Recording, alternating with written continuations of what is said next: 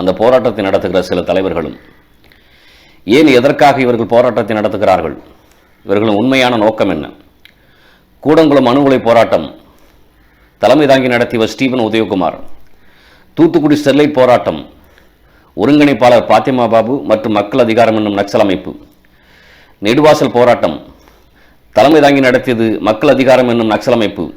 Methane, neutrino, hydro carbon திட்டங்களை எதிர்க்கும் Daniel Thirumurugan Gandhi மே 17 இயக்கம். செபாஸ்டின் சைமர் நாம் தமிழர் கட்சி. இயக்குனர் என்ற பெயரில் கண்டபடி உணரும் கௌதமன் ஆரோக்கியராஜ்.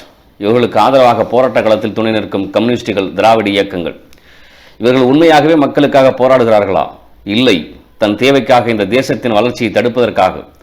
2005ஆம் ஆண்டு அமெரிக்காவில் இருக்கிற டாலஸ் கிறிஸ்டியன் மிஷனரி மிஷன்கிற ஒரு அமைப்பு நடத்திய கூட்டத்தில் இந்தியாவில் வாழ்கிற 100 கோடி இந்துக்களை கிறிஸ்துவர்களாக மாற்றி இந்தியாவை கிறிஸ்துவ நாடாக மாற்ற வேண்டும் என்று திட்டம் தீட்டி அதற்காக ஒரு குழுவை அமைத்தது. அந்த குழுவிற்கு பெயர் ஜோஷுவா ப்ராஜெக்ட். அந்த ஜோஷுவா ப்ராஜெக்ட் தமிழ்நாட்டில் வாழ்கிற இந்துக்களை கிறிஸ்துவர்களாக மாற்ற Stephen Udayakumar, Daniel Thirumurugan Gandhi, Sebastian Simon, Fathima Babu, Gauthaman Arokiyaraj, Makkal Adhikaram என்னும் நக்சல் அமைப்பில் உள்ளவர்கள், மோகன் சி லாசரஸ் போன்ற பல போலி பாஸ்டர்களுக்கும் கம்யூனிஸ்டுகள், திராவிட இயக்கத்தில் உள்ளவர்களை கைக்கூலியாக நியமித்து அவர்களுக்கு பணத்தை வாரி வழங்கியிருக்கிறது. இந்தியாவின் வளர்ச்சிக்கு தேவையான இடங்களில் இவாஞ்சலிஸ்ட் கிறிஸ்துவ அமைப்புகள் போராட்டங்களை தூண்டிவிடுகிறது. போராட்டம் நடக்கிற இடங்களை சுற்றித்தான் மதமாற்றம் அதிகமாக நடக்கிறது. இந்த இவாஞ்சலிஸ்ட் கிறிஸ்துவ அமைப்புகள் ஸ்டெர்லைட்டால் பல நோய்கள் வருகிறது என்றும், நியூட்ரினோவால் கர்ப்பப்பை பாதிக்கிறது என்றும், மீத்தேனால் குழந்தை ஊனமாக பிறக்கிறது என்றும், இல்லாத ஒன்று இருப்பதாக சொல்லி மக்களை பயமுறுத்தி பிரச்சனை உண்டாக்கி விஷத்தன்மையை பரப்பி கொண்டிருக்கிற ஆலை ஸ்டெர்லைட் என்கிற ஆலை.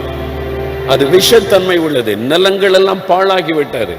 அடுத்தது மக்களுடைய உயிருக்கு ஆபத்து.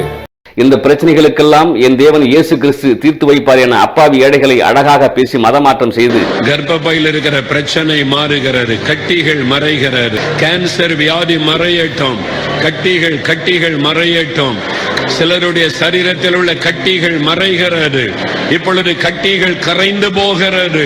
அவர்களிடமிருந்தே அவர்களின் ரத்தத்தையும் பணத்தையும் கடவுள் பெயரை சொல்லி ஏமாற்றின் உலகின் மிகப்பெரிய கார்ப்பரேட் நிறுவனம் தான் இவாஞ்சலிஸ்ட் கிறிஸ்துவம். இவர்களின் அடுத்த கட்ட நடவடிக்கை திருப்பரங்குன்றம், திருச்செந்தூர், பழனி ஆகிய 3 படை வீடுகளை ஆக்கிரமிப்பது. ஏற்கனவே இந்த 3 கோயில்களுக்கு சொந்தமான பல ஆயிரம் ஏக்கர் நிலங்களை ஆக்கிரமித்து விட்டார்கள் என்பதற்கான ஆதாரம் இருக்கிறது. இன்று தமிழ் கடவுள் முருகனை முருகேசு என்று அழைக்கிறார்கள்.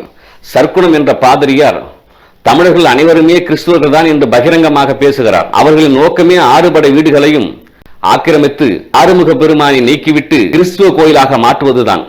மற்றொரு கிறிஸ்துவ அமைப்பு இயேசு கையில் வீணையை வைத்து நம் கலைமகள் சரஸ்வதியின் ரூபத்தை இயேசுவுக்கு கொடுத்து சரஸ்வதியின் அடையாளத்தையும் அழிக்க நினைக்கிறார்கள்.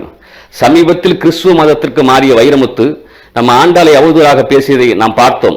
இந்த கிறிஸ்துவ அமைப்புகள் சமீப காலங்களில் சென்னை திரிசூல மலையையும் அச்சிரப்பாக்கம் வஜ்ரகிரி வடிவேலு மலையும் ஆக்கிரமித்திருக்கிறார்கள்.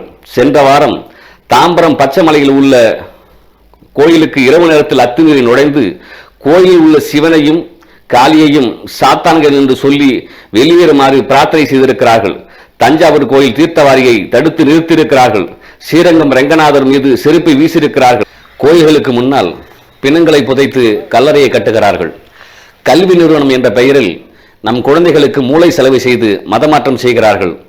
இதையெல்லாம் நாம் தட்டி கேட்டால் சிறுபான்மையினர் மீது தாக்குதல் நடத்துகிறார்கள் என்று வழக்கு போடுகிறார்கள். இப்படியே இந்த போலி போராளிகளை நம்பி இவர்கள் பின்னால் நாம் போனால் தமிழர்களாகிய நம்மை இந்தியாவில் சிறுபான்மையினமாக மாற்றி விடுவார்கள்.